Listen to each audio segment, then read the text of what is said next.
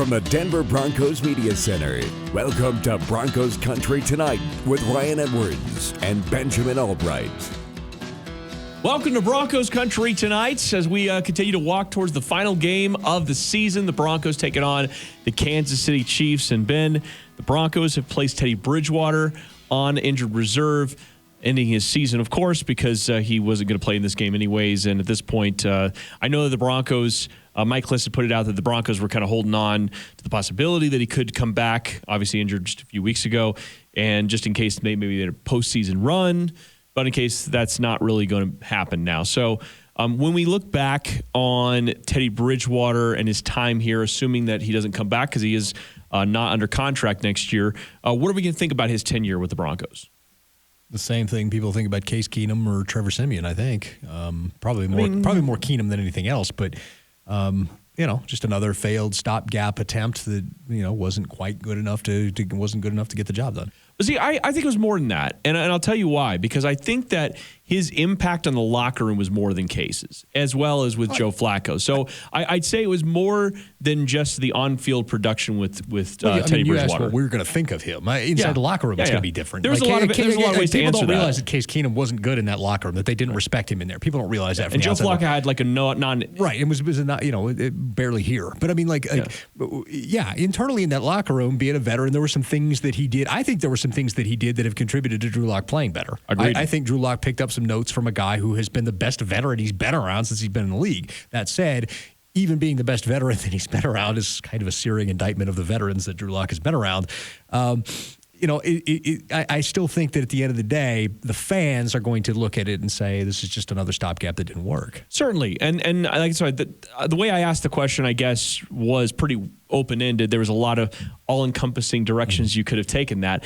But the way I meant it was also the impact in multiple ways, on field as well as off the field and in the locker room. And I think that there was there's a reason why he was here this year, and I think that it really contributed to the growth and the maturity of this locker room. There's a lot of younger guys I think that he had a chance to impact, and we saw it even during training camp, talking to guys throughout the course of the year. I think the guys really saw a leadership style from him that a lot of them, I think, will, after this fact. I know a lot of fans right now are going to be like, well, Teddy Bridgewater is going to be more of just another stopgap. I think this is going to have a lasting impact on this organization beyond that. I think there's some truth to that. While I don't think Teddy made much of an impact in the community of Denver, and I don't think, much like Case or Joe, I don't think that will be. I think there are behind-the-scenes impacts that he did make, and I think there's truth to what you're saying there. Certainly, like I said, providing Drew with an example to follow, which none of the other guys that he was ever with did, and to include Joe Flacco. Who is the guys Drew's been around? Joe Flacco, Brandon Allen, Jeff Driscoll. I mean, it's been a who's who of who in terms of, looking at the guys he's had to, quote, learn from. Two of the quarterbacks that he's been around, Driscoll's a tight end now, and, Kendall Hinton, wasn't really a quarterback. So, I think that there is impact, and I think that there is a maturity that he brought, a gravitas that he brought to the locker room. I think from that side of the house, there are things to be gained, but I think from the other side of the house, from the fans' perspective, it's just going to be a who cares. Yeah, and in the end, the wins, losses, and all that's still going to come back to, and the fact that overall offensive production, they've scored fewer points this year than they did last year. I know. So, when it comes down to it, it's a results-based business, and that's really what everybody's going to probably remember more than anything. But let's go on to Drew Locke here for a minute, because you're right. There's definitely an impact, I think, in what we're seeing right now. The way that he's carrying himself, the way he's performing out there on the field. And, he was asked today during the press conference about if he deserves to be a starter in the league next year. And he said, give me a whole week of practice, give me that opportunity, and I'm going to give you a chance to win games. I know it hasn't quite translated this year yet, but there's something about him that is still going to be very intriguing to, I think, a lot of Broncos fans, I think a lot of NFL fans, because he does have a lot of the tangibles, the arm strength, the athleticism. How do you feel like he's done as far as the stuff between the ears, as far as reading the field, as far as improving some of the stuff that oftentimes with quarterbacks you don't know what they can do until they actually do it? Yeah, I one of the things that always bugged me was the reading the field thing with, Drew Locke can't read a defense. That's not true at all. Oh, no, I don't think that wasn't true at all. I think he was a tick slow in his processing at times. And I think that, Tim Jenkins has pointed out multiple times about marrying the concept with your footwork and getting in the right drops. And I think that some of the concepts they do were the wrong drops. But I also think that, Drew sometimes didn't see the underneath defender. It's not necessarily reading the defense. It's just as much as he didn't see a guy and was trying to make a play and, misjudged the athleticism of guys, things like that. But you go to the All-22 sometimes and things that look like, he had an inaccurate pass could be something else. For instance, Kendall Hinton falling down on that Chargers play where he drills Derwin James. Drew Lock drills Derwin James in the hands. He drops it. And everybody's like, it's Drew Lock, turnover again. But really the receiver had fallen down. It would have been perfect timing and it would have been a great catch.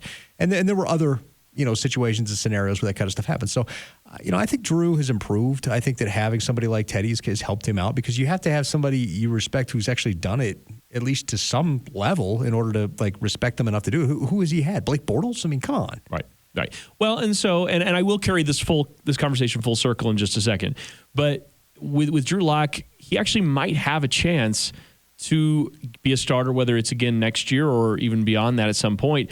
And so you sort of wonder about where he's at in his development, if he's ready for that sort of thing. And I sort of think he is. I think actually him sitting down or being or losing this competition in the long term might actually be really beneficial for him. I think there's a lot of when you come into this league and you've been a starter basically your entire life, right? He was a starter in college. He was a starter probably in high school. That's right. And you get humbled in this league. And maybe, everybody's path is different, but I think for Drew Lock, maybe this path was probably one of the better things for him because he even said when he was hurt his rookie year, it gave him a chance to take a step back, and he probably learned the most he had up to that point because of it. Yeah, I'm not sure he lost that quarterback competition this I know. My opinion on that has never changed, but not winning the job, I guess, is probably the best way I'd phrase it, but not to be pedantic, but I think that I think you're right. I think in the end it humbled him. He gets to sit back and start to pick up and absorb some things that he may not have otherwise in doing game preparation, some of the tangential things. Drew Lock was always a great thrower. The question was, would he be a great quarterback? And there's a difference between those two things. And so I think in the end picking some of those things up will help. I don't know. I think he's going to be around next year. If this team does get Russell Wilson or Aaron Rodgers, they're obviously going to start. But if they don't, you have a cheap option who at least has been a capable backup who's probably going to have a competition with somebody, whether that's a rookie draft pick or whether that's a seasoned veteran. It's probably going to be a quarterback competition if they don't get one of the big two. And now it comes full circle. There you go. See now you know where I'm going with this from the beginning. If Drew Lock is now in a position where he has to be the bridge guy or he has to be the starter in his final year of his contract, and say they do draft a rookie, and now he finally has a bit of an example on what it's supposed to look like to prepare for a season, what it's supposed to look like to be a good leader in the locker room, because he actually has had one here with Teddy Bridgewater. So again, that's kind of where I wanted to go with this, is that the lasting impact might actually be for the next quarterbacks more than anything.